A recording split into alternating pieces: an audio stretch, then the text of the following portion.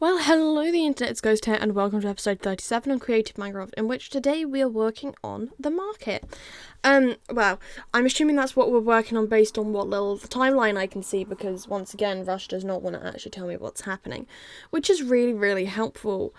So I could stop my recording and start actually looking ahead, but hey ho, we're just going to go with it. So in the last episode, we left the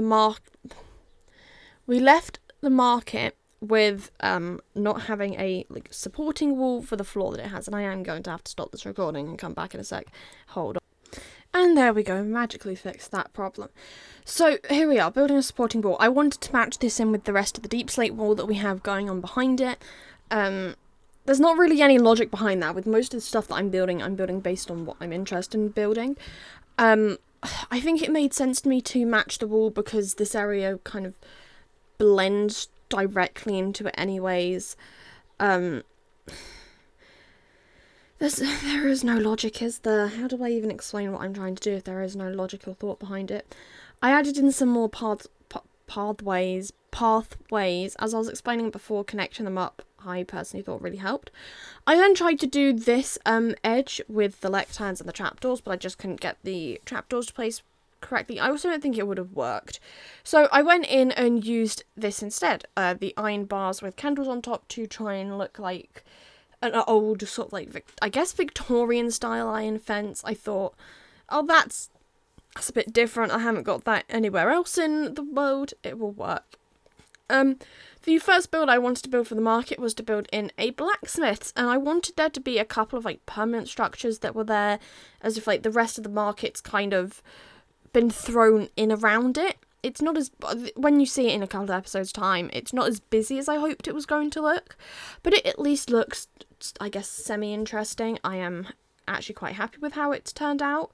I'm now starting to think that maybe what episode am I meant to be recording this week? Hang on, I've got to go check something.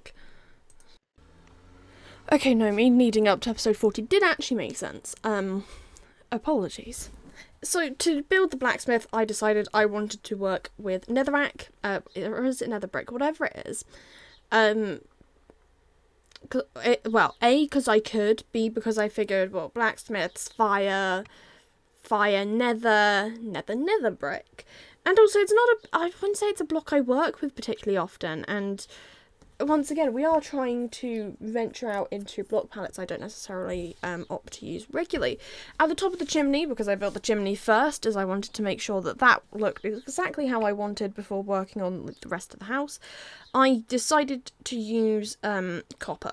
I don't really know why I used copper, I just went, oh, that feels like the most logical. And once again, putting in the iron bar fencing, because this is a blacksmith, so I figure they can make that.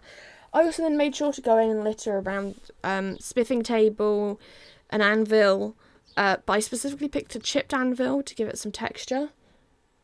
Okay, no, there is not something buzzing outside my window that I've got to go deal with. Touch wood. What else did I do? Oh, I added a grindstone. I tried to make it look like a well-used area. I then went in and started building the actual house by putting in the side beams as high as I wanted them and then building a roof over it. And I need to stop itching the bug bite on my foot because that's going to cause more problems. I opted for blackstone as my roof. I wanted to go with quite a dark colour palette because I knew, and fairly plain colour palette, as I knew that the rest of the market was going to end up being particularly colourful and I didn't want there to be a colourful house getting lost in it. The roof shape just kind of was improvised, seeing how it went. I then used a bit of polished blackstone to add another little bit of texture into the building. I was originally going to texture the walls with calcite and then decided that looks really weird and opted for just rotating the pale oak trunks every so often so that you get some contrasting lines. I probably could have found another similar block that would have worked, but I couldn't think of one off the top of my head, and I get really bored trying to scroll through the inventory and find one. So if anyone knows what works immediately as a decent blending, I guess I could have used, I missed a trick. I could have used the planks, and I could have used signs to put on the walls. go try and remember that for the future.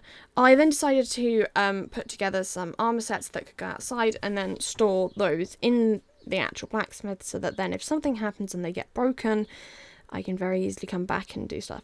You can also tell that I'm very much stuck in my brain thinking this is like Pocket Edition Minecraft, because I tried to put the item frame in the hands of the armour stand. The armour stand has no hands, so that's fun. I miss the days of Pocket Edition sometimes.